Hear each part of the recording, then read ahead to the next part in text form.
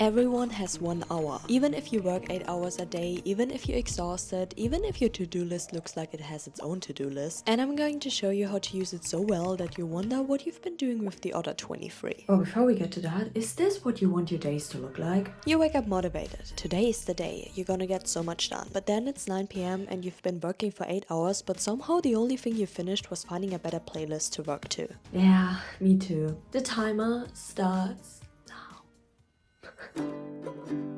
The ice hack. Okay, this one sounds stupid, but it's actually really fun to use. Fill a glass with ice cubes and put it on your desk. Your only job now is to work until the ice melts. You're not allowed to go on your phone. You are not allowed to redecorate your room. And okay, the toilet is fine, but that's it. The satisfying part is that you'll see the ice melting in real time, means you see the progress you've been making, and instead of feeling like you got nothing done because your goal was to write an entire book and then feel bad about yourself, you measure it in form of ice. When the ice is gone, your session is done. And you'll be surprised what one melted glass of water can make you do. But what if I can't stop getting distracted while working?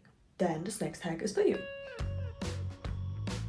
We go to the gym with friends, we go to parties with friends, we hike with friends, but we never work with friends. It's time to get yourself a coworking friend. And no, not every friend has the requirements to be a coworking friend, so before you choose, see if they check off these boxes. A co-working friend is someone who is almost uncomfortably productive. Like it feels like they're always working whenever you call them, hey, what are you doing? Working, obviously. This is not the friend who shows up on the door and they don't even take off the jacket and immediately start talking about the new drama, and suddenly you end up on the couch eating strawberry ice cream for 3 hours and nobody did anything. When you're around this person, you don't want to be the one scrolling. You want to pull out your laptop, you want to look busy. Be busy. You don't need to do the same task. They could be writing code while you're editing a video. You just need someone who is disciplined and wants to get things done.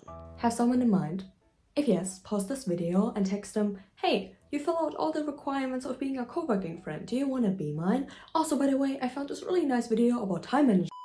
I have a really good feeling that they're gonna say yes. And if no, well, they're lost. They were clearly not disciplined enough anyway. When you have a meetup like that, if possible, do it in person and not via FaceTime. A really nice way to stay in focus mode is also to exchange phones. You will be surprised how much you can actually get done. It's poor social accountability. What if I told you that you've been wasting time in your own free time? Task stacking is the idea that inside any waiting window, there's a small task that fits in perfectly. Not your phone. Right now your life is probably called phone stacking. Here are some examples of how you could use this concept. While you wait for the friend that is always 15 minutes late, you're gonna order the birthday present for your grandma. While you wait for a video to upload, you will call the doctor. While your spinach cheese noodles are boiling, you wash the dishes. You're not doing more, you're doing things that need to get done either way. And instead of just checking messages, you use that space for something useful instead. Think about how much waiting you do daily. You sit on the train and wait for your stop. You wait for your coffee to be ready. So by now you're stacking tasks, you've got your coworking bro, the ice is melting, but wait, you're still on your phone? Let's fix that. This trick is so simple, I'm almost offended that I didn't use it earlier because it works so well.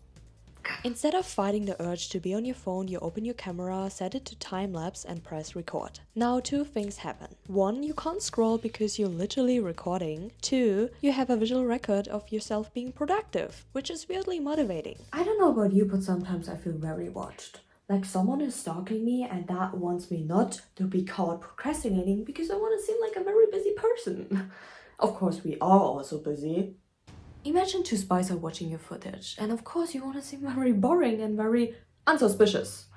Because we didn't do anything wrong, did we?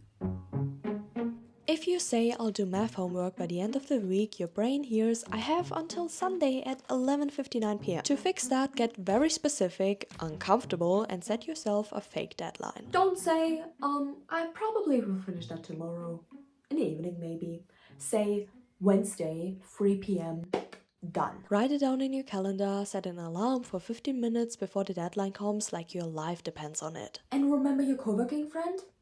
That is the perfect time to bring them in. Tell them your plan and say, if I don't send you proof by 3 p.m, I owe you XYZ. Like freshly baked vegan chocolate avocado cake. Want some? Or you will be the taxi driver for the next 7 days. Trust me, you don't want to be that. Missing your own deadline just feels meh, like damn it, but whatever. But missing a bet with a friend who will definitely screenshot it?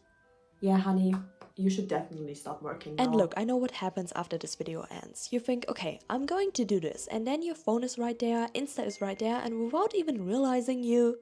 Oh wait, what is that? Do your task first? What? How can I unblock this? I think it's coming from this app. Wait, let me see how I can unlock my apps. Strawberries? Huh? And how do I earn them? Oh, okay, I get it. I built this. It's a gamified to-do app that stops me mindlessly opening apps. The idea is simple. You do your tasks, earn strawberries, which you then can trade for screen time or other cool rewards. If that sounds like something your brain needs too, the link is below. Your phone becomes basically useless until you've not eaten your frog. Get it? Do the frog? Eat the frog? Okay. Comment the word doodly doo so I know you're cool and you watched until here. I know some of you are watching this video and thinking, cool, yeah, that was nice, the tips are nice, I'm gonna try this tomorrow.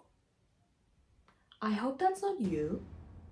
I mean, I get it, I really do. I still sometimes am this person. I want to do something, but then there's something like a bed, and then I end up in my bed and it's 45 minutes later and I didn't even know what I wanted to do in the first place.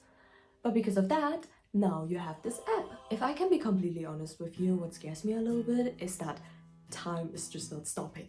It's always moving, whether you also do or not. And I know I'm young, and I don't really feel that time is moving, but when I think back, that COVID is was almost 7 years ago. What? And one day you're gonna look back at this period of your life and you either will say, okay, this is when I actually started, or this is when I said again, I will do it tomorrow. I'm not saying this to stress you out. All I want for you is to have a happy life with a little bit less procrastinating. Sometimes all you need are just 60 minutes, and if you use it like this, you probably get more than most people do in an entire day. You got this. I promise.